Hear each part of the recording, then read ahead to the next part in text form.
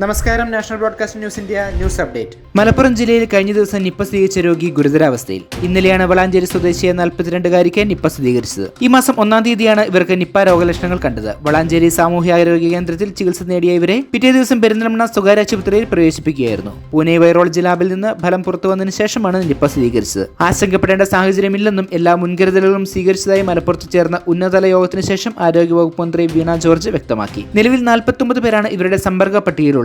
12 പേർ കുടുംബാംഗങ്ങളാണ്. 45 പേർ ഹൈറിസ്ക് പട്ടികയിൽപ്പെട്ടവരാണ്. ഇതിൽ രോഗലക്ഷണങ്ങളുള്ള 5 പേരെ മഞ്ചേരി മെഡിക്കൽ കോളേജിൽ പ്രവേശിപ്പിച്ചിട്ടുണ്ട്. അതിനിടെ നിപ്പ സ്ഥിരീകരിച്ചതിനെ തുടർന്ന് മെയ് 12-ന് മലപ്പുറം റോസ് ലോഞ്ച് ഓഡിറ്റോറിയത്തിൽ നടത്താറുന്ന മുഖ്യമന്ത്രിയുടെ ജില്ലാതല സംസ്ഥാന വാർഷിക പരിപാടി മാറ്റിവെച്ചു. രോഗം സ്ഥിരീകരിച്ചതിന് പിന്നാലെ ആരോഗ്യവകുപ്പ് നടപടി ഊർജിതമാക്കിയിട്ടുണ്ട്. നിലവിലെ ഉറവിടം കണ്ടെത്താൻ ശ്രമിക്കുകയാണ് ആരോഗ്യവകുപ്പ്. ഇവരുടെ റൂട്ട് മാപ്പുകൾ ഉടനെ പുറത്തിറക്കും. ഹെൽപ്പ് ലൈൻ നമ്പറുകളും ആരോഗ്യവകുപ്പ് പുറത്തിറക്കിയിട്ടുണ്ട്. ഇന്ന് ആരോഗ്യമന്ത്രിയുടെ അധ്യക്ഷതയിൽ യോഗം ചേർന്നിരുന്നു. പ്രദേശത്ത് ചത്തപ്പൂച്ചയുടെ സാമ്പിളുകൾ സ്വീകരിച്ചു. രോഗിയുടെ വീട് സ്ഥിതി ചെയ്യുന്ന 9 വാർഡുകളിൽ കണ്ടെയ്ൻമെന്റ് സോണുകളായി പ്രഖ്യാപിച്ചു. കൂടുതൽ വാർത്തകൾക്കായി കാത്തിരിക്കുക. National broadcasting news India.